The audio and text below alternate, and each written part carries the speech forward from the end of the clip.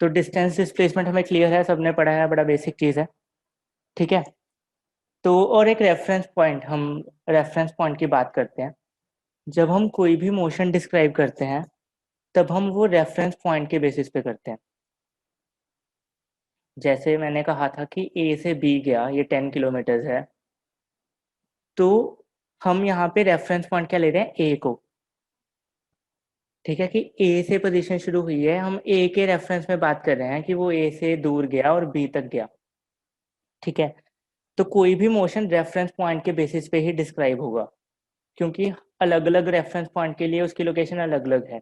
क्योंकि सपोज यहाँ पे एक सी पॉइंट है, उसके लिए बी का डिस्टेंस 10 से ज़्यादा है, तो ऐसे इतने पॉइंट्स होंगे, हर एक के लिए उसका डिस्टेंस अलग अलग है और उसका मोशन का टाइप भी अलग अलग है। तो मोशन हमेशा एक रेफरेंस पॉइंट पे डिस्क्राइब होता है, जिसे हम ओरिजिन भी कह देते हैं। तो पहले मुझे ये बताओ कि डिस्टेंस डिस्प्लेसमेंट के इक्वल हो सकता है? Yes sir. Yes sir. Chat पे रिस्पॉन्सेज दे दो यार।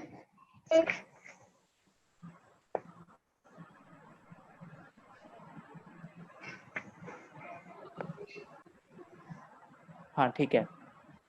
तो कैसे हो सकता है? जैसे मैं ए से बी गया 10 किलोमीटर्स, तो इसका डिस्टेंस क्या है, 10, और डिस्प्लेसमेंट क्या है, 10 विद डायरेक्शन। डायरेक्शन क्या है, from A to B, A to B. तो मैग्नीट्यूड दोनों का सेम है, तो मतलब स्ट्रेट लाइन के केस में डिस्टेंस डिस्प्लेसमेंट के इक्वल होगा। तो अब ये बताओ कि ओडोमीटर पता है आपको, कार का एक ओडोमीटर होता है, वो डिस्टेंस मेजर करता है डिस्प्लेसमेंट, जहाँ पे नंबर्स लिखे आते हैं, स्कूटी वगैरह पे भी होता है। तो वो क्या मेजर करता है, डिस्टेंस या डिस्प्लेसमेंट?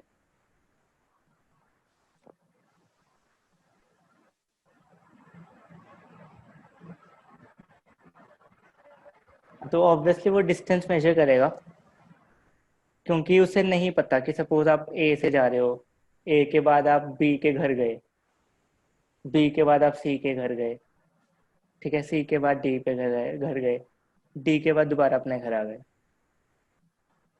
ठीक है, तो डिस्प्लेसमेंट तो आपका जीरो है, जिस पॉइंट से आप चले थे उसी पॉइंट पे वापस आ गए। फाइनल पोजीशन इनिशियल पोजीशन के इक्वल है। तो उसे तो नहीं पता ना कि आप कहाँ जाओगे फाइनल, उसे आपकी फाइनल पोजीशन नहीं पता। तो वो जैसे जैसे आप मूव करते रहोगे उस हिसाब से वो उसकी रीडिंग बढ़ती रहेगी, तो वो आपका डिस्टेंस मेजर करेगा। तो अब बताओ कि गूगल मैप क्या मेजर करता है?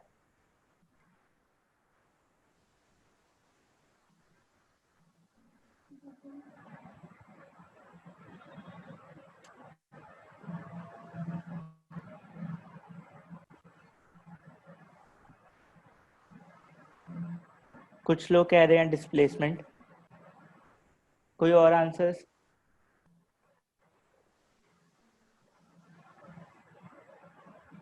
वो क्या दिखाता है बेसिकली, कि आप अपने घर पे हो, यहाँ पे आपने अपने काम पे जाना है, यहाँ पे वर्क,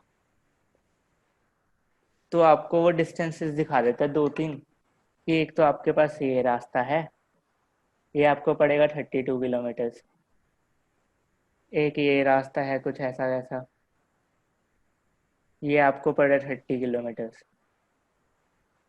ऐसे दो रास्ते दिखा देता है वो। जितने भी रिस्पॉन्सेज आए हैं वो डिस्प्लेसमेंट कह रहे हैं ऐसे, तो थोड़ा इस पे ध्यान देते हैं।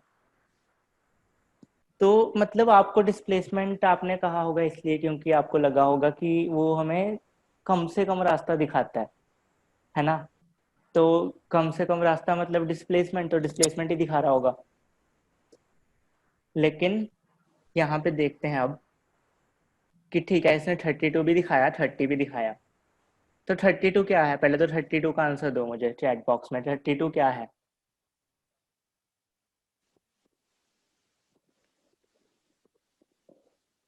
32 डिस्टेंस है। अच्छा, 30 क्या है फिर?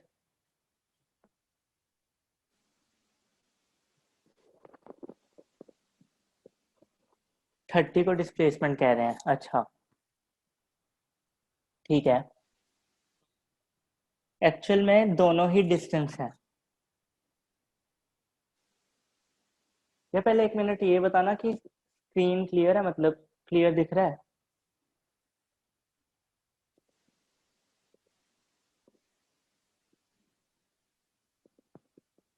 ओके। तो पहली बात कि दोनों डिस्टेंस है। फर्क सिर्फ क्या है कि 30 शॉर्टेस्ट डिस्टेंस है। मतलब उसने हमें बहुत सारे डिस्टेंस बता दिए कि एक तो इस रोड से जा रहा है, किस रोड से जा रहा है। तो या इस रोड से 32 पड़ रहा है, इस रोड से 30 पड़ रहा है। तो यहाँ पे 30 मान लिया मैंने कि शॉर्टेस्ट पड़ रहा है हमें, ठीक है, शॉर्टेस्ट है। लेकिन वो रोड्स के हिसाब से शॉर्टेस्ट है। अगर मैं कहूँ कि मेरे पास हेलीकॉप्टर है, तो मेरे लिए पाथ क्या होगा? हेलीकॉप्टर के केस में तो कहेगा कि सीधा उड़ के जाओ बस, वर्क पे स्ट्रेट लाइन। तो ये तो सपोज मुझे पड़ गया 15 किलोमीटर, आधा। तो अब क्या हुआ डिस्प्लेसमेंट? अब कहोगे 15 डिस्प्लेसमेंट है ना, तो अब 30 डिस्टेंस बन गया।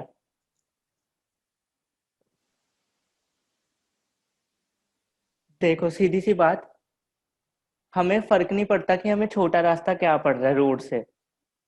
डिस्प्लेसमेंट तो हमेशा सीधी लाइन होगी। तो या तो अगर आपको डिस्प्लेसमेंट के थ्रू वर्क पे जाना है, तो बीच के जो खेत कूत हैं, घर घुर हैं, सारे बीच में से निकलो फिर तोड़ ताड़ के। तो फिर कहना कि मुझे डिस्प्लेसमेंट है कि गूगल मैप ऐसा कुछ मुझे तो नहीं लगता कि दिखाता है। मेरा तो अपडेटेड वर्जन है, मेरे में तो नहीं ऐसा कुछ दिखाता। तो डिस्प्लेसमेंट तो हमेशा ऐसे ही रहेगा कि सीधी लाइन बस। उसे कोई फर्क नहीं पड़ता कि क्या कंडीशंस हैं, क्या कुछ है, कोई फर्क नहीं। डिस्प्लेसमेंट हमेशा सीधी लाइन रहेगी इनिशियल से फाइनल पोजीशन पे। तो ये 30 किलोमीटर है, इसे आप शॉर्टेस्ट डिस्टेंस कह सकते हो, लेकिन डिस्प्लेसमेंट नहीं। ये अलग अलग जो हमें डिस्टेंस पड़ रहे हैं, उनमें से शॉर्टेस्ट ये पड़ रहा है हमारी कंडीशंस के अकॉर्डिंग, कि ये यहाँ पे रोड बन रहा है तो हमें लेफ्ट टर्न करना पड़ रहा है और ये सब। तो मुझे लगता है कि अब ये चीज़ क्लियर होगी। तो प्रैक्टिकल वर्ल्ड में देखते रहना, मतलब चीज़ें तो क्लियर होती रहेंगी। तो ये समझना बहुत ज़रूरी है ताकि हम आगे अच्छे से कर सके, समझ सके क्वेश्चंस को। ठीक है, तो एक बेसिक क्वेश्चन कर लेते हैं रिफ्रेश करने के लिए।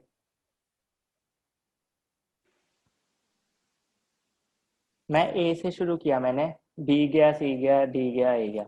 डिस्टेंस और डिस्प्लेसमेंट बता दो मुझे फटाफट से।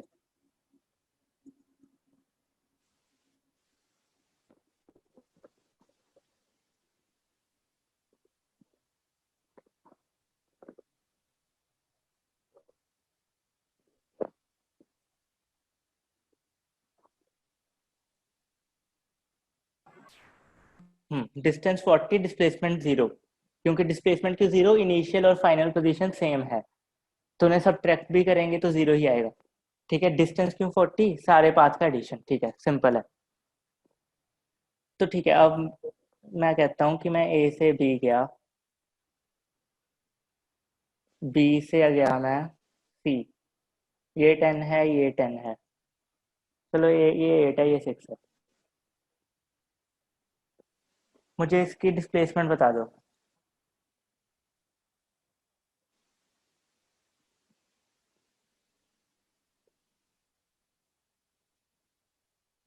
कुछ लोग 10 कह रहे हैं।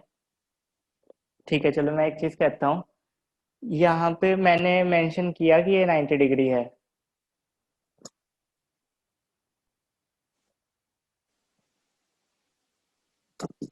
मतलब 10 आपने किस हिसाब से कहा कि ये 90 डिग्री ले लिया, तो पाइथागोरस थ्योरम लगा के √100 कह दिया। लेकिन यहाँ पे एंगल तो मैंने स्पेसिफाई किया ही नहीं कि ये 90 डिग्री है, हो सकता था ये 92 डिग्री होता। इतनी इतनी सही ड्राइंग तो है भी नहीं मेरी, मेरे हिसाब से अगर मैं डी लगा के भी देखूँ तो 90 तो होगा भी नहीं है। तो मतलब अपनी कहने का मतलब ये है इससे कि आपको अपने इंट्यूशंस पे नहीं जाना है, मतलब हर बारी थोड़ा मतलब देखना भी है, क्योंकि इसमें ट्रिक हो सकती है कहीं पे भी, जब तक आपको मेंशन नहीं किया। क्योंकि एग्जाम्स में तो कई बार ऐसा भी होता है कि ए से बी जा रहा है, ठीक है, बी से सी ऐसे जा रहा है, और उन्होंने इसे 90 डिग्री लिखा होता है, इतनी टेढ़ी लाइन को भी 90 डिग्री। मतलब कुछ भी होता है, आपको जो लिखा है उस पे जाना है, फिगर तो बहुत टेढ़े मेढ़े बना देते हैं वो। तो इस चीज पे भी थोड़ा ध्यान रखना है, क्योंकि अगर नन ऑफ दीज का ऑप्शन होता है इस केस में, तो वो भी सही होता। वो इंस्ट्रक्टर पे डिपेंड करता है कि उसने किस तरीके से लिया था। ठीक है, तो इतना क्लियर है मेरे हिसाब से। तो अब हम जाते हैं यूनिफॉर्म और नॉन यूनिफॉर्म मोशन पे।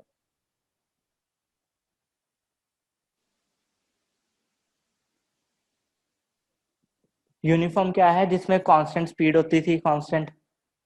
ठीक है, मतलब हर टाइम पे वो स्टार्टिंग में भी उसकी 10 मीटर पर सेकेंड थी, एंड तक जाते जाते भी 10 मीटर पर सेकेंड थी, और बीच में किसी टाइम पे भी 10 मीटर पर सेकेंड थी, हर टाइम पे, मतलब कोई भी टाइम उठा लो। तो ये था यूनिफॉर्म, मतलब उसकी स्पीड ना घटी ना बढ़ी, कुछ भी नहीं। ठीक है। और नॉन यूनिफॉर्म में कि वेरी कर रही है, 0 से शुरू किया, फिर 10 तक पहुंच गया, फिर कम होकर 0 तक, मतलब कुछ भी हो रहा है, हमें नहीं पता, मतलब फिक्स नहीं है। तो ये नॉन यूनिफॉर्म मोशन है। ठीक है। जैसे प्लेन की एग्जांपल ले लो। प्लेन टेक ऑफ करता है, स्टार्टिंग में 0 होता है, पहले रनवे पे रन करता है, स्पीड इंक्रीज होती है, फिर उड़ता है। ठीक है, फिर जब लैंड करना होता है तब स्पीड डिक्रीज करती है, तो उसका मोशन नॉन यूनिफॉर्म है। ठीक है, और एक एग्जांपल क्या ले सकते हैं, आजकल जो आईपीएल चल रहा है। आईपीएल में एक मतलब, वैसे भी नॉर्मल किसी भी क्रिकेट मैच में आपने देखा होगा कि बॉल के बाद एक स्पीड लिखी आती है, बॉलिंग स्पीड। ठीक है, 135 किलोमीटर पर आवर, ये सब ऐसे ऐसे। तो ये मतलब इसमें बॉल का मोशन क्या है, यूनिफॉर्म या नॉन यूनिफॉर्म?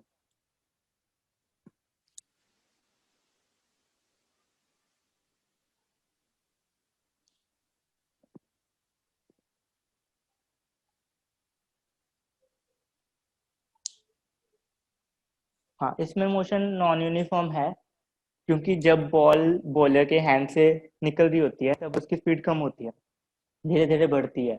फिर आपने देखा होगा बाउंस होने के बाद कई बार एकदम से बहुत ज़्यादा बढ़ जाती है। तो मतलब हर टाइम पे उसकी वेलोसिटी वगैरह वेरी कर रही है। तो लेकिन फिर 135 क्या हुआ? मतलब 135 से तो फिर मैं कहूँगा कि इसका मतलब तो ये है ना कि कांस्टेंट रह रही है, तो 135 क्या? तो मतलब ये एक इक्विपमेंट होते हैं, जैसे मतलब ये 6 कैमरास के थ्रू ये एक्चुअल मेजरमेंट आती है, और डॉपलर इफेक्ट वगैरह से यूज होता है, वो हम कंसिडरेशन में नहीं लेंगे। लेकिन हाँ, एक आंसर आया है, एवरेज स्पीड एवरेज वेलोसिटी। ये सही है, मतलब अगर हमें सीधा साधा कैलकुलेट करनी होगी तो हम ऐसे कैलकुलेट करेंगे एवरेज पे। तो इसी से हम उस कॉन्सेप्ट पे आ जाते हैं एवरेज स्पीड के। तो उसका फॉर्मूला क्या है? Total distance upon total time.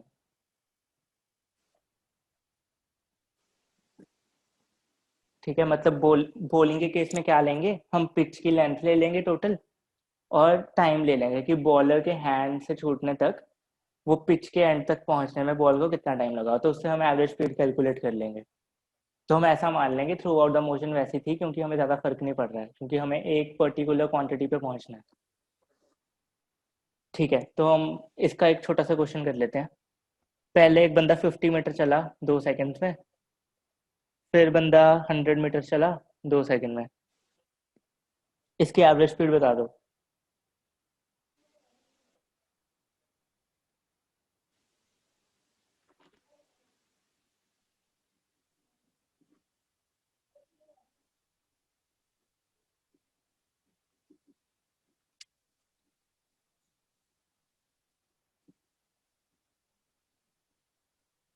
ठीक है, आंसर आ गया है 37.5। कैसे किया? टोटल डिस्टेंस को ऐड किया, टोटल टाइम को ऐड किया। ठीक है, 150/4। ठीक है, तो एक कंसेप्ट होता है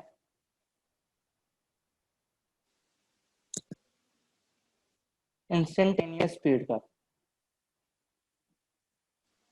इसका क्या मतलब है? मतलब जैसे मैंने सपोज किसी बॉलर ने बॉल फेंकी थी यहाँ से। ठीक है, यहाँ पे बैट्समैन है हमारा, एक बैट्समैन।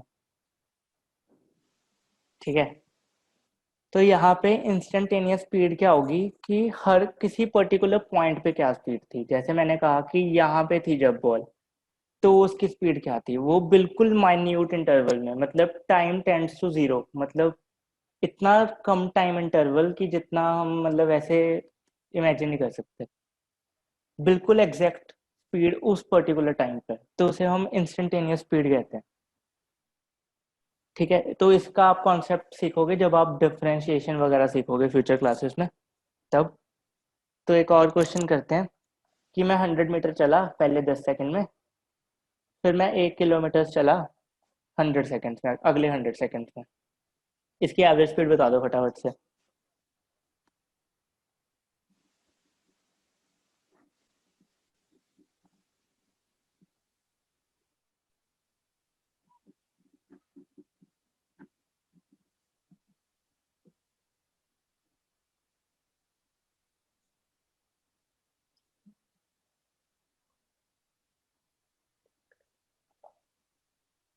ठीक है, 10 मीटर पर सेकंड आ रहा है। अच्छी बात है कि आपने यहाँ पे यूनिट कन्वर्जन करी है, यहाँ पे हम आपने गलती नहीं करी।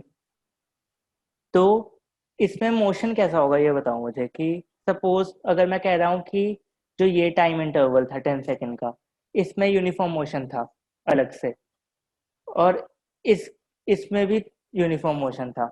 तो अगर मैं सारे को इकट्ठा लूँ तो इस पूरे मोशन को मैं यूनिफॉर्म मोशन कह सकता हूँ।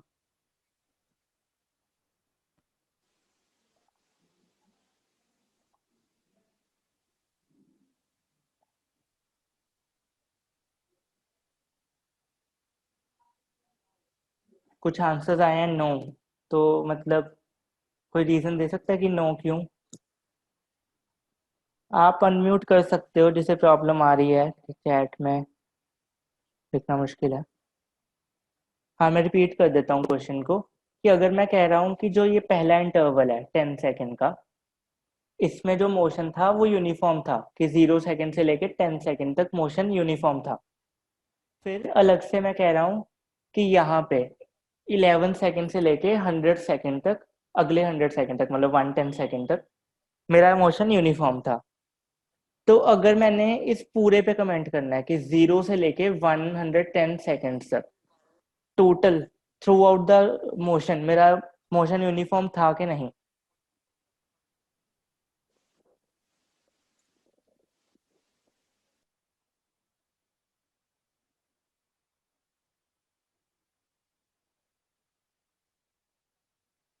यस, तो एक आंसर आया है रीजन कि एवरेज स्पीड इक्वल है दोनों केसेस में। क्योंकि इसमें आपने कैलकुलेट किया वो क्या आई 10 मीटर पर सेकेंड, इसमें कैलकुलेट किया वो क्या आई 10 मीटर पर सेकेंड, और मैं कह रहा हूँ कि ये भी पूरा टाइम यूनिफॉर्म थी, ये भी पूरा टाइम यूनिफॉर्म थी, मतलब 0 से लेके 10 तक ये 10 मीटर पर सेकेंड था, उसके बाद भी ये 10 मीटर पर सेकेंड था। तो ओवरऑल मतलब सारे मोशन में ही 10 मीटर पर सेकेंड था। तो मतलब ये पूरा मोशन यूनिफॉर्म मोशन था। तो इसे हम कह सकते हैं कि ये यूनिफॉर्म था मोशन, 0 से लेके एंड तक। ठीक है, तो अगर मैं कहूँ कि इस पहले मोशन में ये नॉन यूनिफॉर्म था, और ये वाला जो मोशन है ये भी नॉन यूनिफॉर्म था। नहीं, ये यूनिफॉर्म लगा लो, फर्स्ट वाला नॉन यूनिफॉर्म, ये यूनिफॉर्म। तो सारे मोशन पे अगर मैंने कमेंट करना है तो मैं इसे कह सकता हूँ यूनिफॉर्म।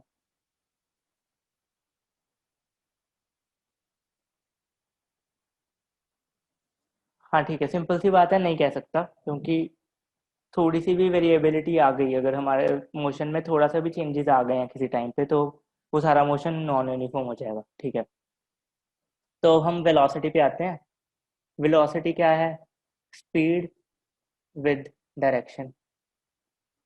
यार हम ये बेसिक कंसेप्ट रिवाइज कर रहे हैं, तो किसी को अगर लग रहा है स्पीड ज़्यादा कम है तो वो बता सकता है, कोई दिक्कत वाली बात नहीं है। तो हाँ, तो वेलोसिटी सबको पता है, साथ में डायरेक्शन लिख देते हैं। अगर मैं कह रहा हूँ ए से बी गया 10 मीटर पर सेकेंड से, तो वेलोसिटी क्या लिखेंगे? इसे हम यहाँ पे एरो लगा देते होते हैं डिनोट करने के लिए कि ये वेक्टर क्वांटिटी है, मतलब साथ में डायरेक्शन भी दे रही है। तो इसे क्या लिखेंगे? 10 metre per second east of ए, साथ में डायरेक्शन मेंशन कर दी। डायरेक्शन मेंशन करने के बहुत तरीके हैं, वो आगे सीख लोगे आप, मतलब कोई चक्कर नहीं है। कहने का मतलब ये है कि हमें साथ में डायरेक्शन देनी होगी वेलोसिटी के।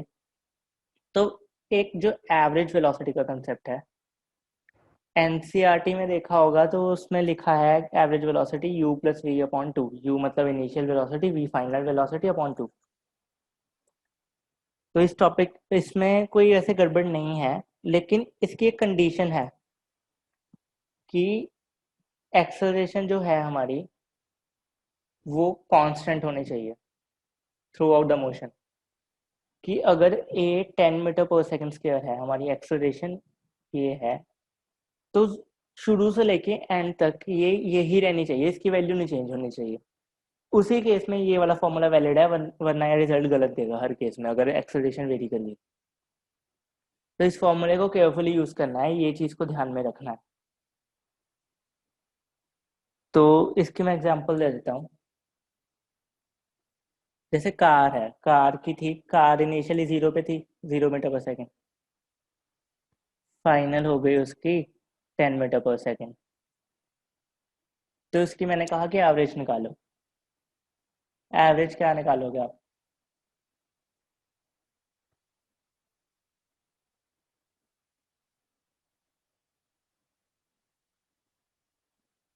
एवरेज आप कह दोगे 0 + 10/2 सर।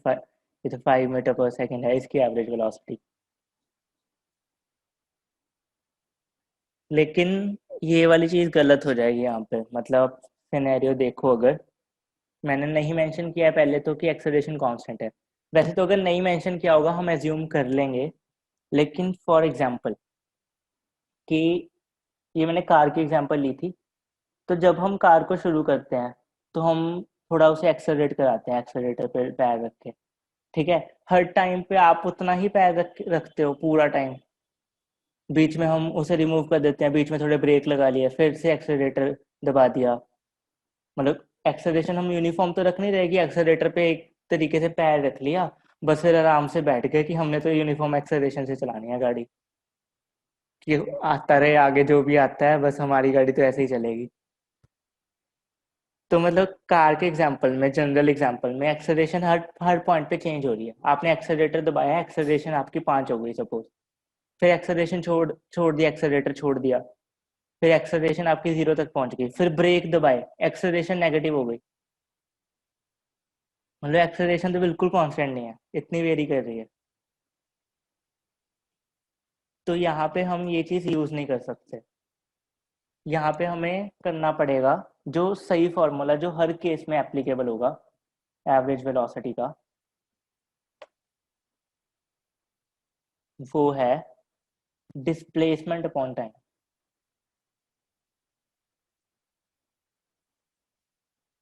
कि इनिशियल से फाइनल पोजीशन तक का मैं डिस्प्लेसमेंट ले लूँगा, ठीक है, डायरेक्शन निकाल लूँगा और टोटल टाइम से डिवाइड कर दूँगा। तो जो मेरी वेलोसिटी आएगी वो एवरेज वेलोसिटी होगी, और वो हर कंडीशन में करेक्ट होगी, चाहे एक्सेलरेशन चेंज होती रहे, चाहे कुछ भी होता रहे, मुझे इस केस में कोई दिक्कत नहीं है। लेकिन अगर एक्सेलरेशन कांस्टेंट दी है तो आपको u+v/2 लगा देना है। लेकिन ये चीज़ ध्यान में रखनी है, क्योंकि मतलब बहुत चांसेस है कि आप ये भूल जाओ कि एक्सेलरेशन कांस्टेंट लेनी थी या कुछ भी। ठीक है, तो ये चीज़ मुझे लगता है क्लियर है।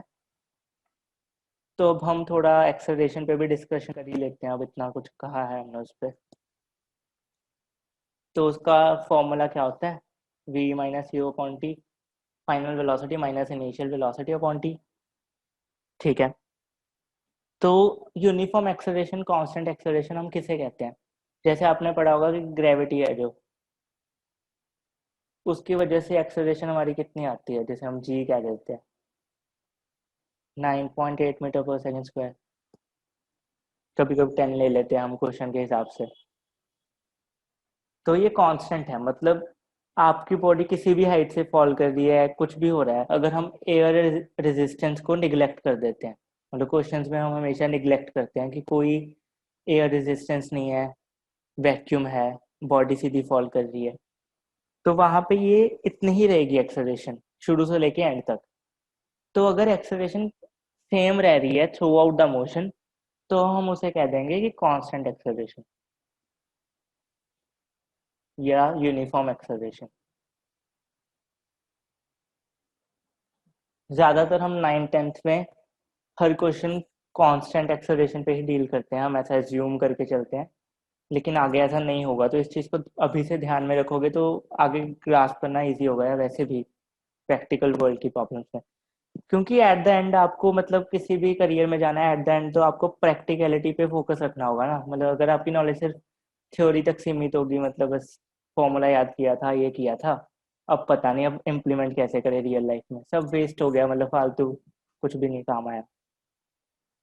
तो उस हिसाब से ये चीज़ें मतलब काफ़ी इंपॉर्टेंट है, तो ध्यान में रखना है ये यूनिफॉर्म एक्सेलरेशन वाली चीज़ को, क्योंकि प्रैक्टिकल वर्ल्ड में एक्सेलरेशन यूनिफॉर्म नहीं होती है ज़्यादातर। तो अब एक टॉपिक पे आते हैं, ग्राफ्स पे। ये काफ़ी इंपॉर्टेंट है, लेकिन हमें शायद ये पसंद नहीं होते ड्यू टू मल्टीपल रीजंस। तो लेकिन काफ़ी इंपॉर्टेंट है, और इससे काफ़ी क्वेश्चंस इजी भी हो जाते हैं, मतलब काफ़ी कॉम्प्लिकेटेड क्वेश्चंस बहुत इजी हो जाते हैं। वो चीज़ें अब हम अभी डिस्कस नहीं कर सकते, वो हाई लेवल वाले क्वेश्चंस, क्योंकि उसमें इंटीग्रेशन और डिफरेंशिएशन का कंसेप्ट यूज़ होगा। तो अभी हम बेसिक वाले डिस्कस करते हैं, जिससे थोड़े थोड़े चीज़ें आसान होंगी, और उसे देखना आसान रहता है कि एक्चुअल में मोशन कैसा था शुरू से लेके एंड तक। तो हर जगह पे ग्राफ्स यूज होंगे। ग्राफ सबसे इंपॉर्टेंट चीज़ है आज के टाइम पे। तो डिस्टेंस टाइम का ग्राफ लेते हैं। वाई एक्सिस पे मेरा डिस्टेंस है, एक्स एक्सिस पे टाइम है। तो मैंने एक ऐसा ग्राफ बनाया, स्ट्रेट लाइन। तो इसका क्या मतलब है, क्या रिप्रेजेंट कर रहा है? फटाफट से आंसर दे दो।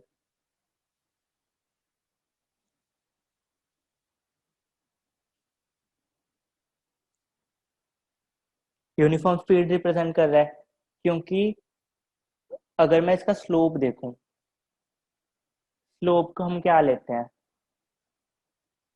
अगर स्लोप का फॉर्मूला पता हो, मतलब हाइट अपॉन बेस, मतलब जो ये हाइट है, नीचे बेस लेंथ, ठीक है। और लाइन के केस में स्लोप शुरू से लेके एंड तक सेम रहेगा। लाइन की इक्वेशन जो भी होती है, Y is equal to M X plus सी।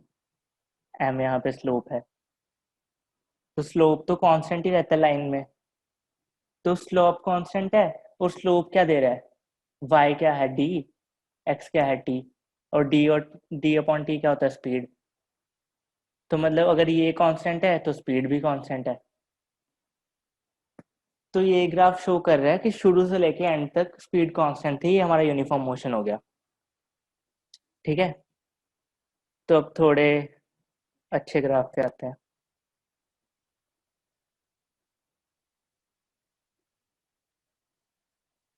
मेरा मोशन शुरू हुआ, पहले यहाँ तक मोशन है। इस केस में बताओ मुझे कि क्या हो रहा है। पहले तो मुझे बताओ कि इनिशियल पॉइंट क्या था मेरा।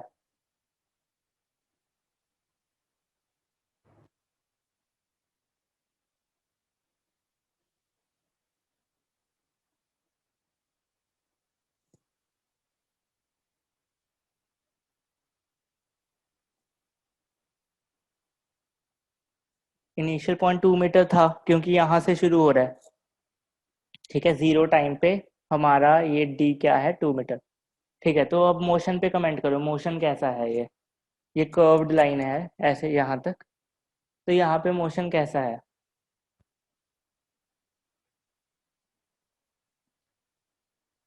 नॉन यूनिफॉर्म स्पीड है, ये ठीक है, क्योंकि हमारा स्लोप स्लोप चेंज हो रहा है। पहले ऐसा था स्लोप, ठीक है, फिर ऐसा हो गया।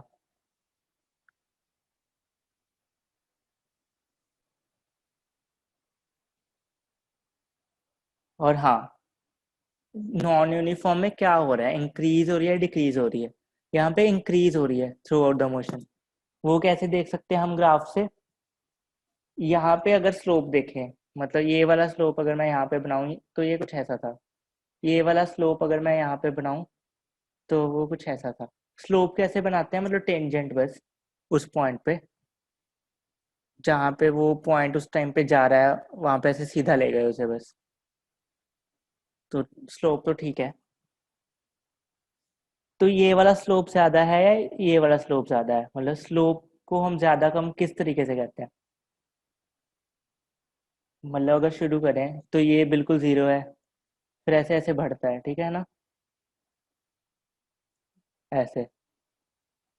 तो मतलब ये ज्यादा है, मतलब बाद में इंक्रीज ज्यादा स्पीड है, शुरू में कम है, तो मतलब स्पीड बढ़ रही है। तो इस तरीके से हम इस पे कमेंट कर सकते हैं कि हमारी स्पीड यहाँ पे नॉन यूनिफॉर्म है और इंक्रीजिंग है। ठीक है, तो यहाँ से अब मैं कहता हूँ मोशन ऐसे गया। ये वाला मोशन डिस्कस कर चुके हैं हम, यूनिफॉर्म मोशन। स्पीड कांस्टेंट है क्योंकि स्लोप कांस्टेंट है। स्लोप क्यों कांस्टेंट है? क्योंकि स्ट्रेट लाइन है। इसमें किसी को कभी भी डाउट हुआ बीच में तो पूछ लेना, क्योंकि आगे भी ग्राफ्स हैं तो वरना आगे समझ नहीं आएगा। तो यहाँ पे किसी ने कहा कि इंक्रीज है। यहाँ पे मुझे बताओ क्या हो रहा है। यहाँ पे तो मैंने कहा इंक्रीजिंग स्पीड, यहाँ पे भी स्पीड इंक्रीज हो रही है क्योंकि स्लोप मेरा यहाँ पे लाइन ऊपर जा रही है, स्पीड इंक्रीज हो रही है, मतलब है ना। आंसर देना मुझे इस चीज का चैट बॉक्स में।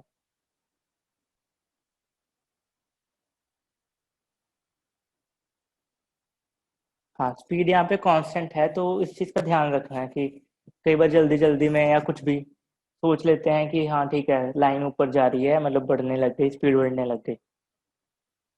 यहाँ पे स्पीड कांस्टेंट है, वही जो हमने स्लोप वाली चीज डिस्कस करी। तो ठीक है,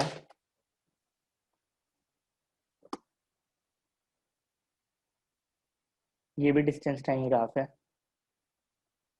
इसका मैंने ऐसा कुछ बना दिया। अब क्या हो रहा है, स्पीड पे कमेंट करो।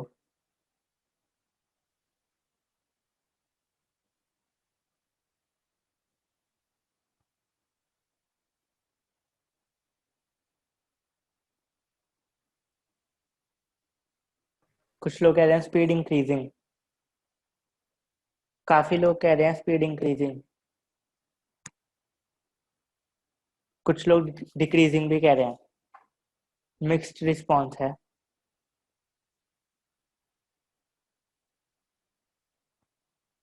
एक आधा रिस्पॉन्स और चाहिए, थोड़ा बैलेंस हो जाएगा वोटिंग में। दो डिक्रीजिंग दो इंक्रीजिंग, 50-50, अब सही है। ठीक है, तो अब देखते हैं इसे। यहाँ का अगर मैं स्लोप बनाऊं तो ऐसा कुछ बनेगा। यहाँ का स्लोप बनाऊं तो ऐसा कुछ बनेगा। तो मतलब इसे मैं यहाँ पे ड्रॉ करता हूँ साइड पे विजुलाइज करने के लिए। ऐसा है, ये वाला ज़्यादा है, ये वाला ज़्यादा है। ए ज़्यादा है या बी ज़्यादा है? जल्दी जल्दी फटाफट से, ए या बी? ए ज़्यादा है ऑब्वियसली, क्योंकि ये ऐसे एकदम से इसका एंगल ज़्यादा है, नीचे से इसका एंगल कम है, ऐसे ये वाला एंगल। ठीक है, तो स्लोप ज़्यादा है मतलब इसकी स्पीड ज़्यादा है, स्लोप कम है इसकी स्पीड कम है, क्योंकि डिस्टेंस टाइम ग्राफ है, डी अपॉन टी स्पीड। तो स्पीड डिक्रीजिंग हो रही है, नॉन यूनिफॉर्म डिक्रीजिंग। तो वही यहाँ पे कंफ्यूज नहीं होना है कि लाइन ऊपर जा रही है, ठीक है। लाइन ऊपर क्यों जा रही है? क्योंकि डिस्टेंस बढ़ रहा है, वाई एक्सिस पे हमें डिस्टेंस दिखा रहे हैं ना। तो लाइन ऊपर जाने का मतलब डिस्टेंस बढ़ रहा है। क्योंकि आप खुद सोचो कि आप साइकिल चला रहे हो, आपके साइकिल की स्पीड चाहे कम होती जा रही है, लेकिन डिस्टेंस तो आप कवर कर रहे हो ना, डिस्टेंस तो बढ़ ही रहा है हर टाइम पे। तो उस तरीके से सोचो, यहाँ पे डिस्टेंस बढ़ रहा है लेकिन स्पीड कम होती जा रही है बस। एक तरीके से सपोज आपने ब्रेक लगा रखे हैं, तो जब ब्रेक लगाते हो तो इस तरीके का मोशन होता है, स्पीड डिक्रीज कर रही होती है लेकिन आप चल तो रहे होते हो ना आगे, उस तरीके से। तो इसमें कंफ्यूज नहीं होना, थोड़ा ध्यान रखना इस चीज का।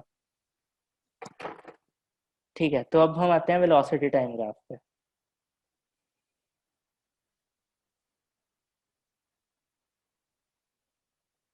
ये हमारी वेलोसिटी है, ये टाइम है।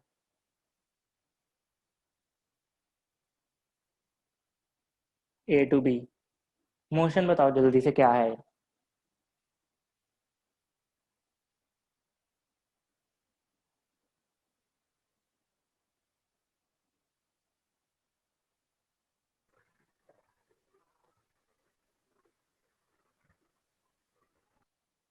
यूनिफॉर्म वेलोसिटी है क्योंकि वी जो थी स्टार्टिंग से एंड तक वही है, वी सेम रह रही है, तो यूनिफॉर्म वेलोसिटी है। ठीक है, क्लियर हो गया। तो यहाँ पे हाइट क्या है हमारी? वी। यहाँ पे टाइम टी। तो ये एक रेक्टेंगल बन गया हमारे पास। अगर इसका एरिया देखें तो क्या है, वी इंटू टी।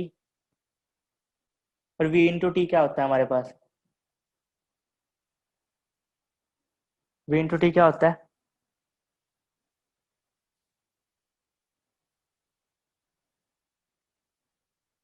ठीक है, डिस्प्लेसमेंट।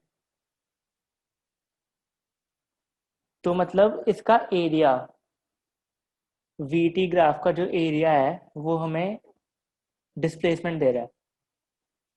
तो ये देखो हम कितने अच्छे से यूज़ कर पाएंगे, मतलब अगर हम ग्राफ बना के हमें डिस्टेंस वगैरह फाइंड करना होगा तो कितना ईजी हो जाएगा। मतलब इस केस में आपको सिंपल लग रहा है कि आपको भी हम वी इंटू टी कर देंगे, लेकिन जब कॉम्प्लिकेटेड ग्राफ्स हैं, अगर ग्राफ कुछ ऐसा है कि यहाँ से शुरू हुआ, ये है, तो कितने के रेक्टेंगल बनाओगे इसमें आप? चलो ऐसा बना दिया, फिर कहोगे ऐसा बना दिया, कितने का रेक्टेंगल्स कैलकुलेट करोगे, क्योंकि तो कर्व्ड लाइंस आ रही हैं, तो यहाँ पे कितना मुश्किल हो जाएगा। तो जब आप इंटीग्रेशन पढ़ोगे तब आप देखोगे कि इसको कैलकुलेट करना कितना आसान है, एक चुटकी में आंसर आ जाएगा, क्योंकि बस हम एरिया फाइंड कर लेंगे बस। तो मतलब ग्राफ्स अगर हम हमें पहले से ही क्लियर नहीं होंगे तो हमें समझ ही नहीं आएगा कि वो डिस्टेंस कैसे आ रहा है, डिस्प्लेसमेंट कैसे आ रहा है, क्योंकि हर टाइम पे आप बेसिक्स डिस्कस नहीं करोगे, वो तो एक टाइम पे आपको अंदर रखने होंगे अच्छे से। तो इसका ये यूज़ है। तो अब हम अगला ग्राफ देखते हैं, वी टी ऐसे जा रहा है, ये बताओ।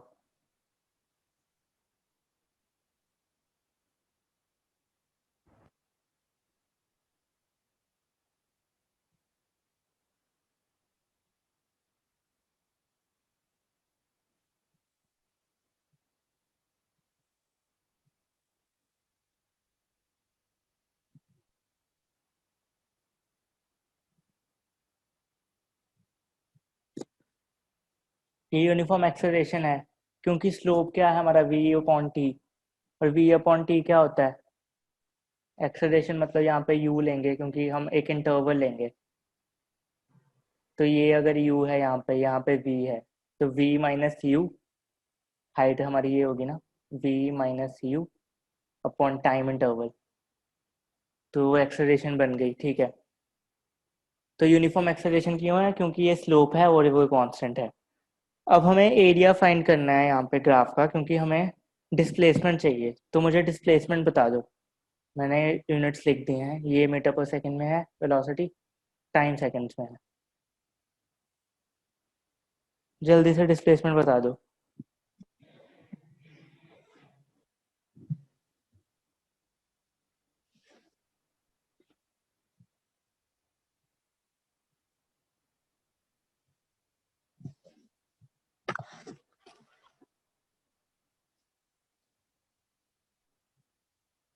कुछ लोग 100 कह रहे हैं।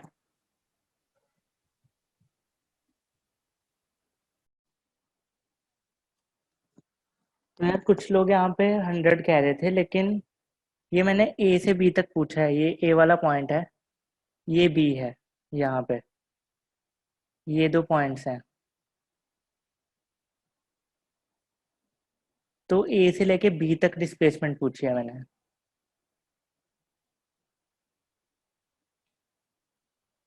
कुछ लोग 25 कह रहे हैं, कुछ लोग 50 कह रहे हैं।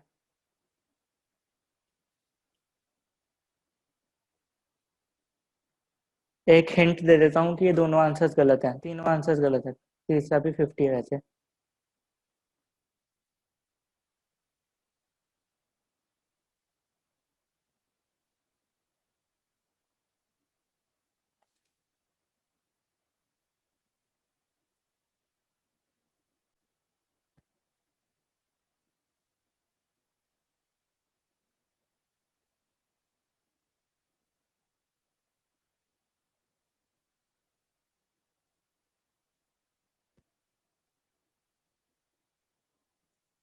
इसका आंसर 75 है।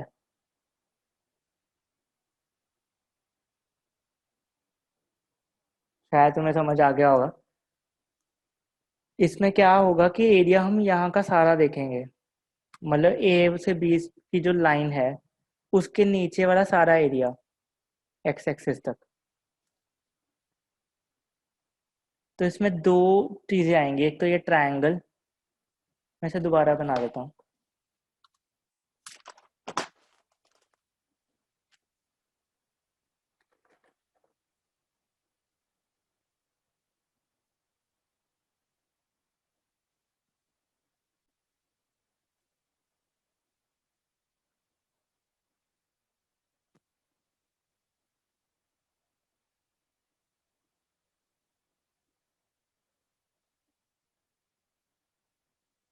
तो ये चीज़ थी हमारे पास। तो एक तो ये वाला एरिया आया, यहाँ तक की लेंथ क्या है 20 माइनस 10, 10। और ये बेस लेंथ क्या है हमारी 5, 10 माइनस 5। और यहाँ तक की लेंथ क्या है 10 माइनस 0, 10। तो ये दो एरियाज कैलकुलेट होंगे। तो रेक्टेंगल का एरिया क्या हुआ 5 इंटू 10, 50। और ये ट्राइंगल का हुआ ये वाले half into base into height 25। इन दोनों का एडिशन 50 प्लस 25, 75 मीटर्स। तो इस चीज़ को ध्यान में रखना है कि एक्स एक्सिस तक का सारा एरिया कवर होगा। ऐसे नहीं है कि आपने इसको एक्सेस मान लिया।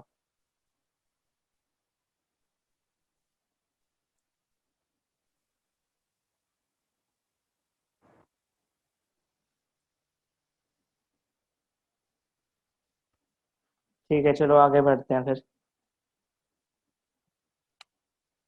एक इसी पे और क्वेश्चन करते हैं, क्योंकि ये काफ़ी लोगों को समझ नहीं आया था। तो थोड़ा और कॉन्सेप्ट चेक करते हैं इस पे। ये वी टी ग्राफ है। पहले मैं ऐसे गया, ये डॉटेड लाइन है ये वाली। फिर मैं ऐसे गया, ये था हमारा 10।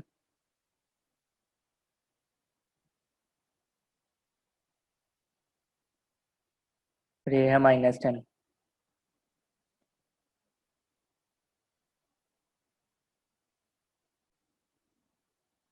ये हमारा टाइम था 5। ये है 10। इसमें मुझे डिस्प्लेसमेंट बताओ।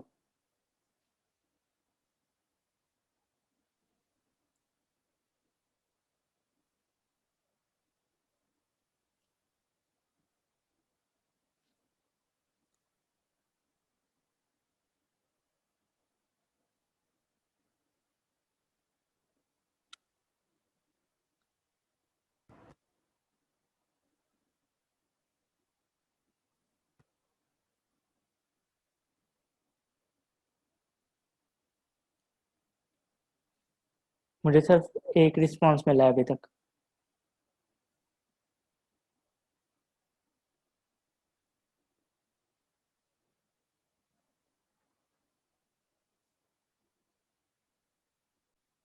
डिस्प्लेसमेंट कैसे निकालेंगे? ये वाला एरिया और ये वाला एरिया, इन दोनों को ऐड करेंगे। ठीक है, फर्स्ट वाला एरिया क्या होगा, half into base 5 into height 10। अगले वाला एरिया क्या होगा, हाफ इंटू बेस 5, 5 कैसे 10 माइनस 5 इंटू हाइट। हाइट क्या है -10। तो ये सेम हो गए, 25 माइनस 25, 0। तो डिस्प्लेसमेंट 0 हुई। और यहाँ पे तो हमने कैलकुलेट किया, ग्राफ से भी देखें कि पहले 5 सेकंड में वो स्ट्रेट लाइन से आया, 10 तक पहुंचा। अगले 5 सेकंड में भी स्ट्रेट लाइन है और -10 तक पहुंचा। मतलब सेम इंटरवल में सेम वेलोसिटी इंक्रीज हो रही है और सेम वेलोसिटी डिक्रीज हो रही है। और लाइन स्ट्रेट है तो मतलब एक्सेलरेशन भी कांस्टेंट थी। तो डायरेक्टली हमें पता है कि एरिया सेम होगा, एक पॉजिटिव एरिया एक नेगेटिव एरिया। तो 0 हो गया। इसे हम देखें, अगर विजुअलाइज करें एक्चुअल में हो क्या रहा है यहाँ पे, कि यहाँ पे सपोज बंदा ए से चला, मतलब जो ओरिजिन है ओ, इसे मैं ए मान लेता हूँ, इसे बी। ओ से चला तो उसकी स्पीड पहले 0 थी, फिर बढ़ती गई स्पीड उसकी ए तक आ गया वो। ठीक है, यहाँ पे 0 मीटर पर सेकेंड थी, यहाँ पे 10 मीटर पर सेकेंड हो गई। अब वो ए पे है, एकदम से वेलोसिटी उसकी घट के 0 पे आ गई, एकदम से इनफाइनाइट डीएक्सेलरेशन हो गई। तो यहाँ पे 0 मीटर पर सेकेंड आ गई उसकी वेलोसिटी। अब वो उसकी वेलोसिटी नेगेटिव हो रही है। नेगेटिव वेलोसिटी मतलब उसकी डायरेक्शन चेंज हो रही है। मतलब पहले अगर पॉजिटिव डायरेक्शन थी उसकी, अब डायरेक्शन नेगेटिव हो जाएगी। तब वो अब इधर जा रहा है, यहाँ पे बी पे पहुंच गया। यहाँ पे कितनी होगी उसकी -10 मीटर पर सेकेंड। लेकिन हम डायरेक्शन अब अगर ऐसे लेंगे तो हम ऐसे +10 मीटर पर सेकेंड लेंगे। वो डायरेक्शन पे है हम क्या ले रहे हैं। अगर हम उसे बी से ए की तरफ लिख रहे हैं, मतलब इसे हम ऐसे लिख सकते हैं 10 metre per second A to B, या -10 metre per second B to ए। तो मतलब अगर हमने डायरेक्शन अपोजिट कर दी तो हम आगे माइनस लगा देते हैं, ये चीज़ ध्यान में रखना। तो टेक्निकली बी हमारा ओ के इक्वल है अगर हम देखें, क्योंकि उतना ही 5 सेकंड के लिए ही एक्सेलरेशन हो रही है, सेम एक्सेलरेशन है और सेम फाइनल स्पीड है। तो ए तक गया, ए से वापस मुड़ा बी तक आ गया, सेम पॉइंट पे वापस आ गया, तो उसकी डिस्प्लेसमेंट 0 हो गई। तो हम इसे ऐसे विजुअलाइज कर सकते हैं। तो धीरे धीरे आप ग्राफ ज़्यादा ज़्यादा करोगे ना, तो आपको आसान हो जाएगा सोचना कि कैसे हो रहा है ग्राफ में।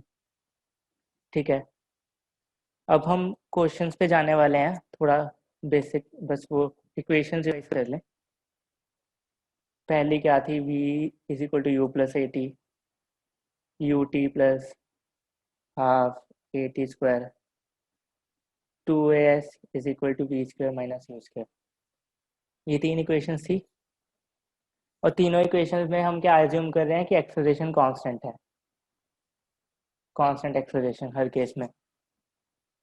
इसीलिए हमने डायरेक्टली ए लिख दिया कि ए की फिक्स्ड वैल्यू होगी, पूरे मोशन के लिए हम वही यूज़ कर सकते हैं। तो यूनिफॉर्म एक्सेलरेशन है, सबकी ये कंडीशन है, इस चीज़ को ध्यान में रखना।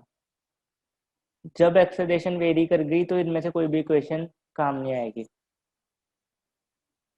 सारी फेल हो जाएंगी जब एक्सेलरेशन वेरी कर गई। तो ये मतलब ये कंडीशन ध्यान में रखना बहुत ज़रूरी है, हम कई बार इग्नोर कर देते हैं कि क्योंकि एक्सेप्शनल केस कौन सा आना है। लेकिन ये काफ़ी नॉर्मल बात है, क्योंकि प्रैक्टिकल वर्ल्ड में एक्सेलरेशन कांस्टेंट नहीं होती, तो आगे आपको शिफ्ट करना ही पड़ेगा उन केसेस पे जहाँ पे एक्सेलरेशन कांस्टेंट नहीं है। तो इस चीज़ को ध्यान में रखना है, वहाँ पे आप ये इक्वेशन लगाओगे सब कुछ गलत हो जाएगा। ठीक है, तो सर्कुलर मोशन सबको पता है। सर्कुलर मोशन को मैं यूनिफॉर्म मोशन कहूँगा या एक्सेलरेटेड मोशन कहूँगा।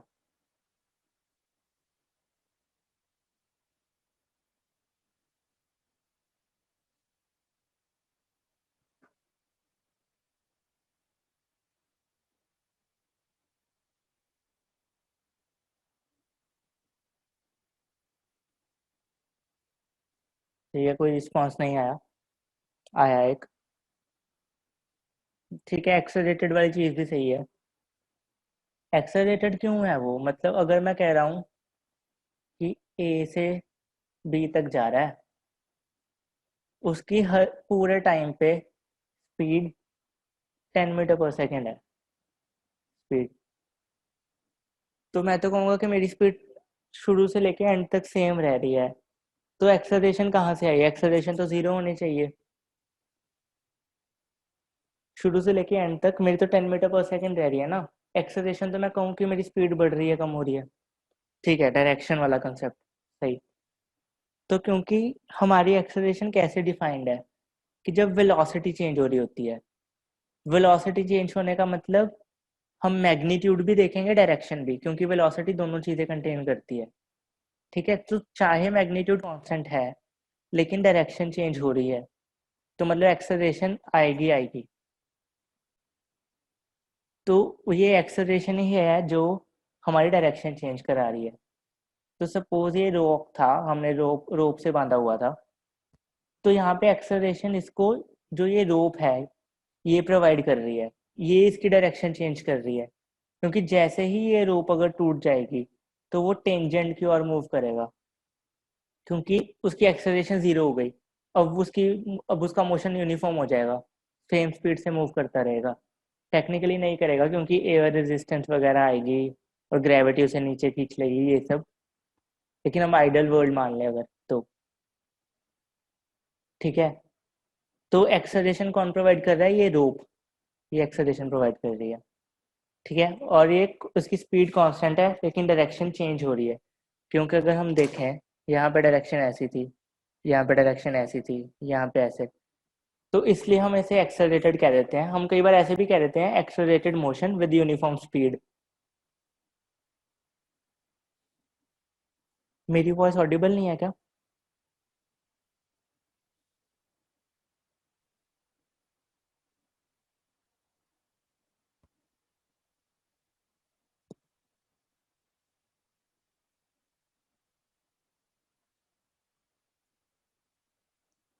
या जिसको नहीं ऑडिबल ना, वो अपना थोड़ा मतलब इंटरनेट कनेक्शन एक बार चेक कर लो या रीजॉइन कर लो, तो शायद प्रॉब्लम सोल्व हो जाए। तो ठीक है, तो अब हम रिलेटिव मोशन पे थोड़ा डिस्कशन कर लेते हैं, थोड़ी बहुत करेंगे, ज़्यादा नहीं। रिलेटिव मोशन क्या होता है, मतलब दुनिया में हर चीज़ है ना, वो किसी ना किसी के रिलेटिवली डिफाइंड है। और जैसे मोशन है, अगर मैं कहूँ कि मैं कार में जा रहा हूँ, यही है कार मेरी, देख मेरी ड्राइंग इतनी अच्छी नहीं है, ठीक है, कार में जा रहा हूँ, तो मैं कह रहा हूँ कि मैं मोशन में हूँ, है ना, मतलब मैं मूव कर रहा हूँ, मेरी कार मूव कर रही है, तो मैं मोशन में हूँ, है ना।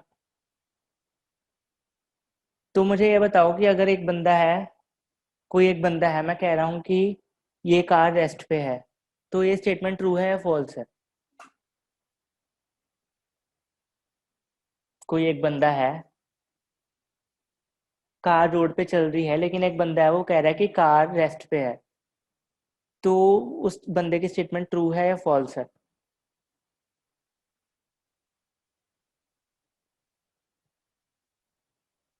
अ, कुछ लोग कह रहे हैं ट्रू।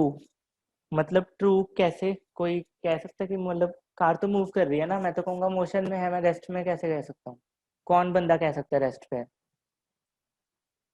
हाँ, जो बंदा कार में है वो रेस्ट पे कहेगा, क्योंकि जो वो सीट पे बैठा है, यहाँ से वो बठिंडा पहुंच गया, लेकिन उसकी कार की सीट वही है, वो वहीं बैठा है, कार की सीट खिसक के इधर उधर तो चली नहीं गई, तो उसको तो ऐसे ही लग रहा है मैं जहाँ हूँ कार भी वही है, तो कार भी रेस्ट पे ही है।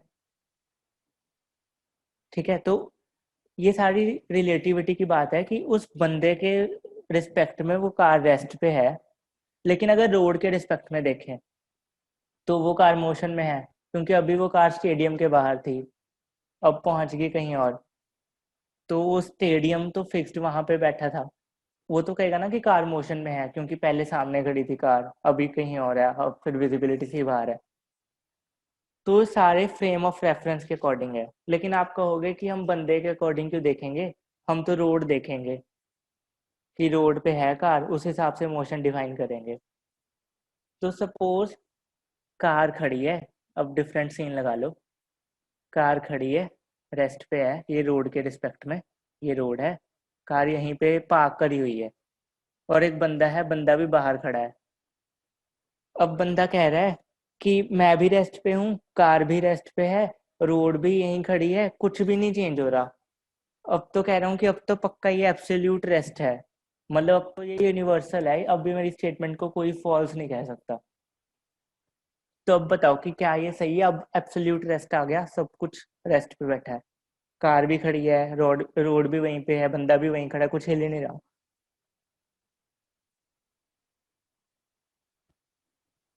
अब कह रहे हैं कि एब्सोल्यूट रेस्ट आ गया, मतलब अब तो ये स्टेटमेंट यूनिवर्सल हो गई कि अब तो ये घोर सच है।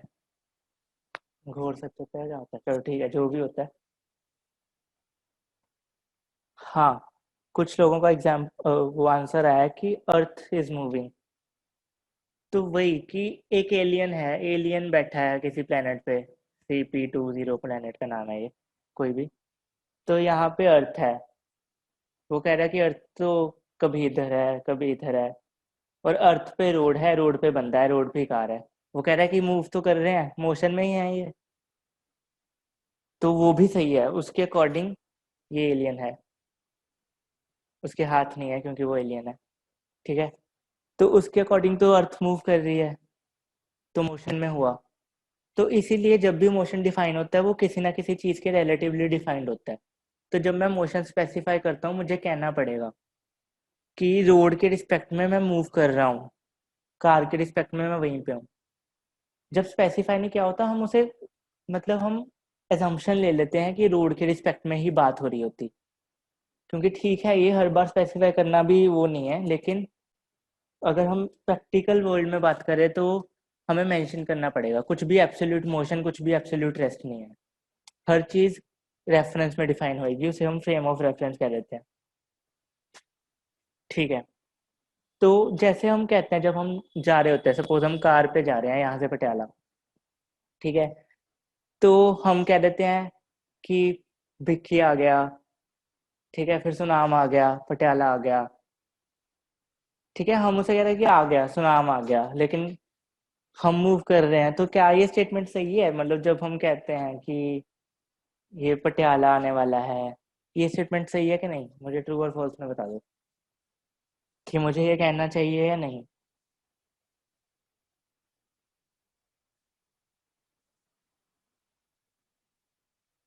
ठीक है, सब फॉल्स कह रहे हैं कि नहीं कहना चाहिए मुझे, ये गलत है, लेकिन ये सही है, ट्रू।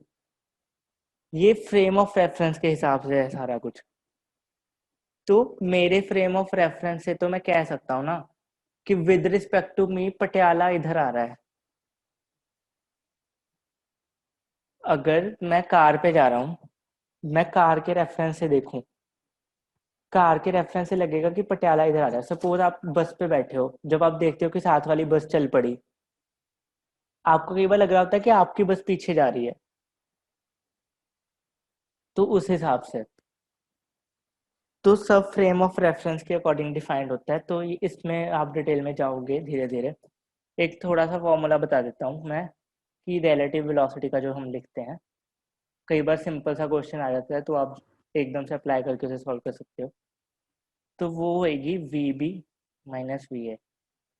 मतलब वी ए है वेलोसिटी ऑफ रेफरेंस, मतलब जिसको हमने रेफरेंस पॉइंट माना है उसकी वेलोसिटी है वो।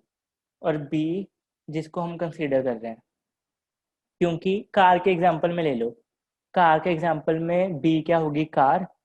ठीक है, और ए क्या होगा, मैं जो ड्राइवर है। ठीक है, कार की वेलोसिटी 30 है तो मेरी भी 30 है, कार की अगर 40 है तो मेरी भी 40 है, हर केस में जीरो। तो रिलेटिव वेलोसिटी मेरी जीरो रह रही है हर केस में। तो जो पटियाला वाला एग्जांपल है वो लगा लो, कार है आपकी, ठीक है, और पटियाला। हमने पटियाला की वेलोसिटी डिफाइन करनी है, हमने वो स्टेटमेंट ट्रू प्रूव करनी है कि वो आने वाला है, ये सही है। तो पटियाला की वेलोसिटी क्या है, पटियाला की वेलोसिटी माइनस मेरी कार की वेलोसिटी, पटियाला तो खड़ा है वहीं पे जीरो। ठीक है, कार की वेलोसिटी मेरी है 50 किलोमीटर पर आवर, उसे मैं सब्ट्रैक्ट करूंगा ना, क्योंकि हम कार के रेफरेंस से देख रहे हैं इस बारी। तो क्या आया, -50 किलोमीटर पर आवर। माइनस मतलब क्या है कि मेरी तरफ आ रहा है, मतलब डिस्टेंस कम हो रहा है, मतलब माइनस मेरी तरफ।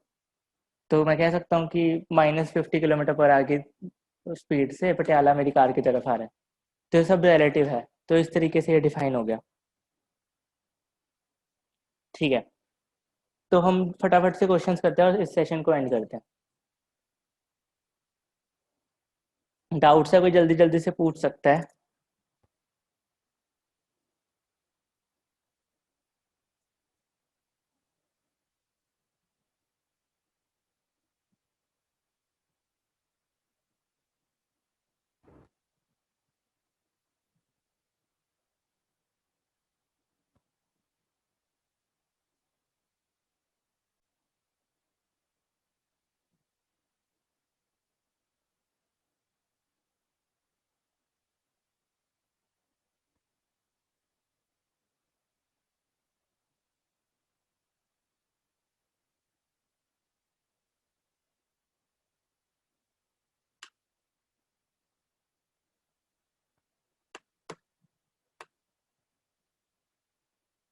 मैं यहाँ पे पीपीटी शेयर कर रहा हूँ, मुझे बता देना कि ये विजिबल है आप सबको पीपीटी।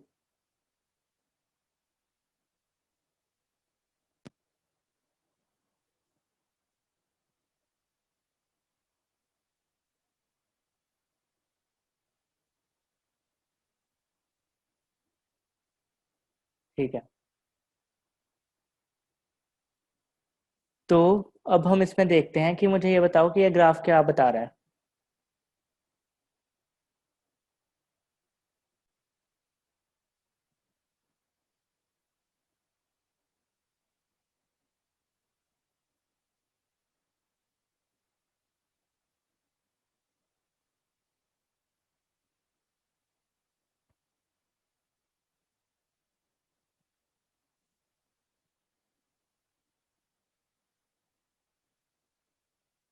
एक वैसे बीच में डाउट आया है कि हमें कैसे पता चलेगा कि हम कौन सी इक्वेशन यूज करेंगे क्वेश्चन पे। तो वो डिपेंड करेगा कि आपको दिया क्या क्या हुआ है। मतलब अगर सपोज आपको फाइनल वेलोसिटी दे रखी है, इनिशियल वेलोसिटी दे रखी है और टाइम दे रखा है, और आपको एक्सेलरेशन फाइंड करने के लिए कहा है, तो आप कौन सी इक्वेशन यूज करोगे? V is equal to U plus A T, क्योंकि वी भी गिवन है, टी भी गिवन है, यू भी गिवन है, ए फाइंड करनी है। वो डिपेंड करता है कि आपने क्या फाइंड करना है और क्या आपके पास है। तो आपको डायरेक्टली नहीं पता चलेगा, आप तीनों इक्वेशंस को आप एक एक करके कंसीडर करोगे। तो जो स्टेटमेंट बेस्ट सूट कर रही होगी आप वो यूज करोगे। तो अगर क्लियर हो गया डाउट बता देना, वरना पूछ लेना अगर और कुछ डाउट हुआ इसमें। हाँ, तो इस ग्राफ के बारे में बात कर रहे थे कि एक बंदा कह रहा है कि टी जो है उसकी एक्सेलरेशन ज्यादा है आर से, ये ग्राफ ये बता रहा है। कोई और इस पे कमेंट करना चाहेगा?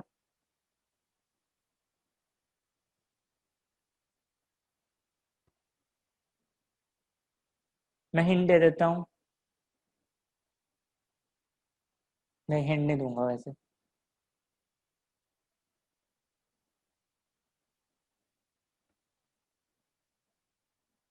चलो पहले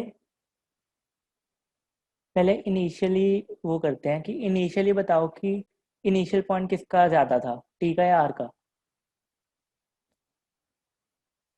इनिशियल पॉइंट आर का ज्यादा था।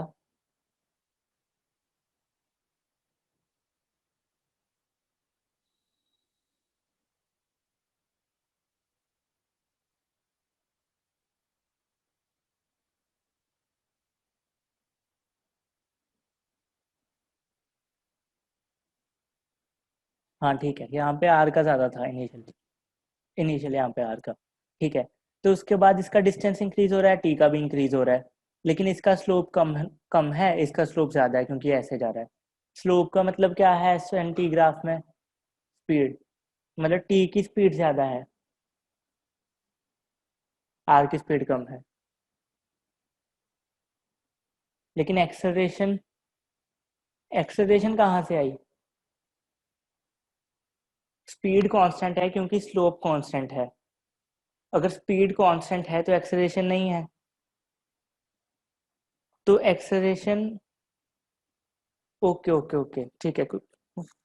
एस को आपने स्पीड मान लिया, ठीक है। यहाँ पे एस डिस्प्लेसमेंट या डिस्टेंस के लिए यूज हो रहा है। ठीक है, तो मेरे हिसाब से ये क्लियर है।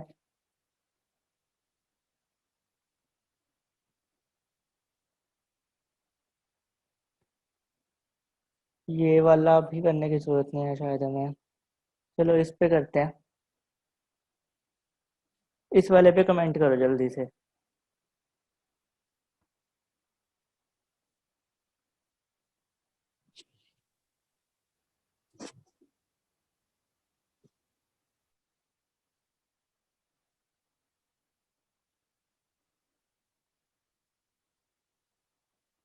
ऑप्शन 4 लेसर देन और इक्वल टू 1। क्योंकि हमने कहा था कि डिस्प्लेसमेंट तो शॉर्टेस्ट ही होगा, कि शुरू से लेके एंड तक जो स्ट्रेट लाइन है। तो क्या होगा? आपको नोटबुक विजिबल है मेरी?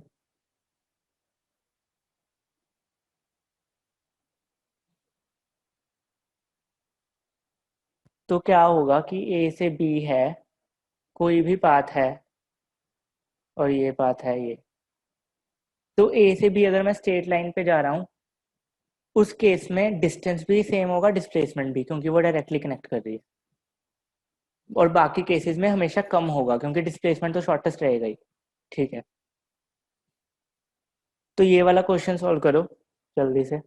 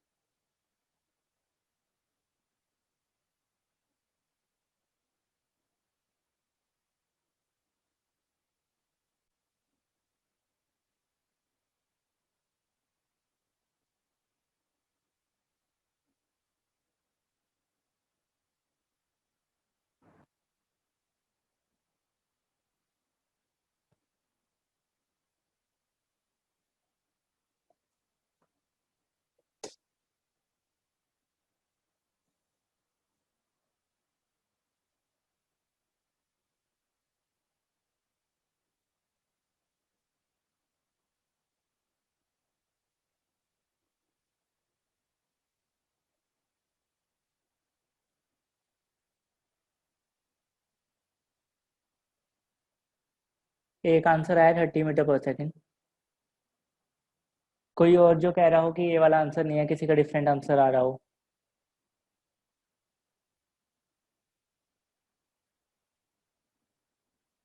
और 30 मीटर पर सेकेंड की अगर कोई एक्सप्लेनेशन भेजना चाहता है वो सही रहेगा, भेज देना, तो मुझे समझ आ जाएगा कि आप कैसे सोच रहे हो, तो इस हिसाब से मैं समझा पाऊंगा अच्छे से।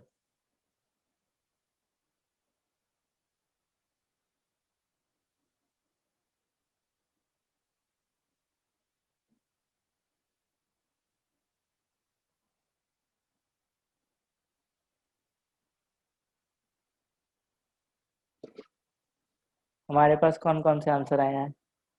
30 नहीं आया, ठीक है, 20 मीटर पर सेकेंड आया है। और कोई आंसर? या सब 20 मीटर पे? ठीक है, दो आंसर्स आए हैं 20 मीटर पर सेकेंड पे। बाकी ऑप्शंस के लिए कोई आंसर नहीं। 20 मीटर पर सेकेंड कैसे? अच्छा, 10 plus 20 plus 30 by 2 by 3, sorry, 20 metre per second, ये आंसर। और टिक लगाया है, सही है, बड़े खुश हो रहे हैं।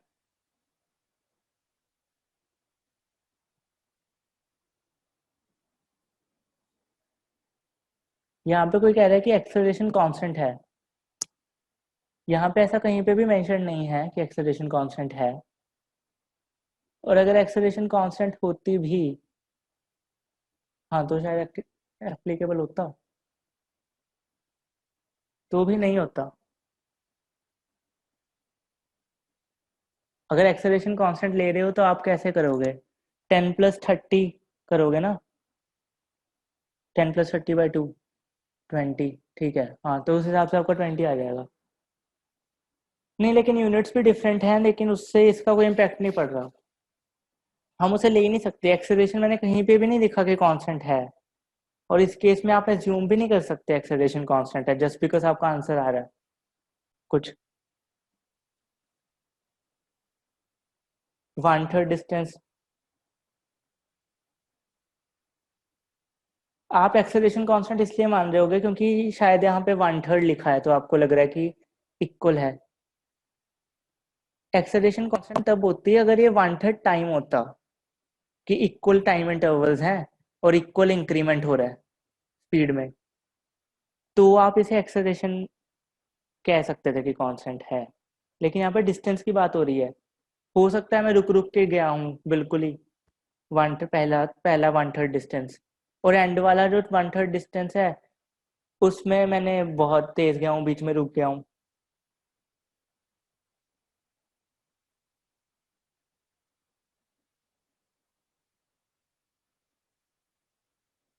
नहीं, वैसे ये केस भी नहीं है। एक्चुअल में ना यहाँ पे एक्सेलरेशन नहीं है, मैं आपको ग्राफ बना के समझाता हूँ जल्दी से।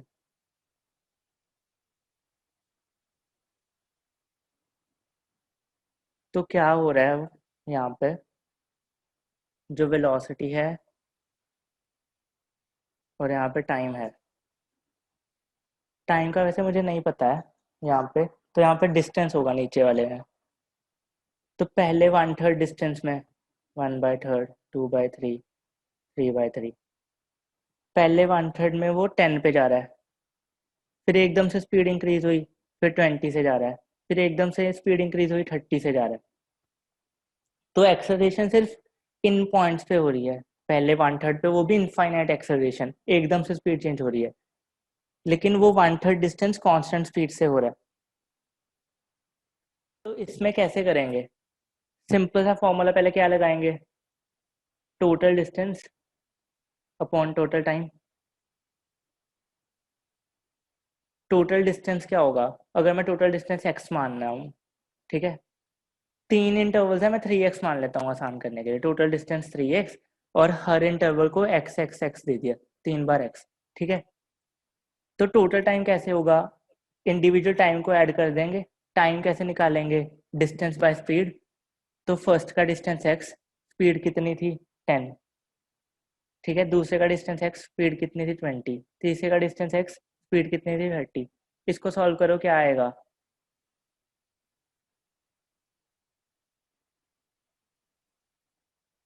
180/11। तो मुझे जल्दी से बताओ, ये 180/11 ठीक है आंसर? अब सही है?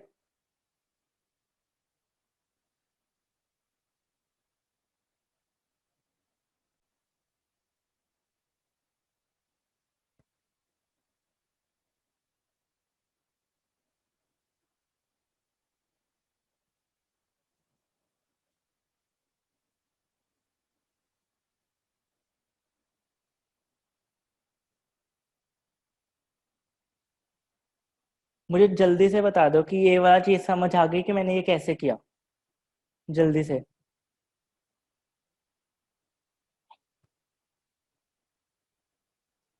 हाँ, तो मतलब टोटल डिस्टेंस लिया मैंने आसानी से, डिस्टेंस 3x माना था। ठीक है, उसके बाद टाइम निकाला टोटल, हर इंडिविजुअल टाइम उन्हें ऐड कर दिया। बड़ा सिंपल सी चीज़ करी, मैंने कोई एजम्पशन नहीं ली फालतू की, क्योंकि ये वो फॉर्मूला हर बार वैलिड है, total distance upon total time. लेकिन यहाँ पे आंसर 180/11 भी नहीं है, क्योंकि ये मेरा आंसर आया किलोमीटर पर आवर में, ऑप्शन है मीटर पर सेकेंड में। तो इसे मुझे कन्वर्ट करना होगा। उसका सिंपल सा फॉर्मूला मैं कैसे लिखता हूँ, 180/11 इंटू 5/18, तो 50/11 मीटर पर सेकेंड आया। तो ये मेरा फाइनल आंसर है। तो मतलब हमारे इस क्वेश्चन में 3 आंसर आ गए थे, 20 मीटर पर सेकेंड। उसके बाद चलो थोड़ा और दिमाग लगाया, फिर आया 180/11 मीटर पर सेकेंड।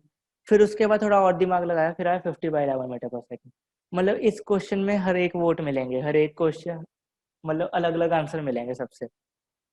तो ऐसी चीज़ों का ध्यान रखना है। मतलब ये तो बिल्कुल सिंपल सा फॉर्मूला था, total distance upon total time, बस। कुछ भी नहीं, कोई एजम्पशन लेने की ज़रूरत ही नहीं है मुझे। एजम्पशन तब लेते हैं जब हमारा कोई आंसर नहीं आ रहा होता, या जब बिल्कुल ही ऑब्वियस होता है। और यहाँ पे तो साफ साफ दिया हुआ है ना कि पहला 1/3 डिस्टेंस इतनी स्पीड से जा रहा है कांस्टेंट, अगला इतनी स्पीड से।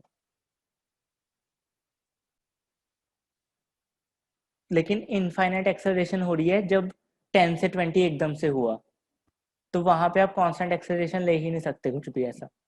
तो इस चीज़ को ध्यान में रखना है, मेरे हिसाब से ये सही लगा होगा। और ऐसा कुछ ऐसे क्वेश्चंस बहुत जगह पे यूज होंगे। तो यूनिट्स, एजम्पशंस का ध्यान रखना है, और बिल्कुल सिंपल फॉर्मूला से चलना है, कोई हाई फाई फॉर्मूला लगाने की जरूरत नहीं है। ठीक है, तो इस सेशन को आज के लिए यहीं पे एंड करते हैं।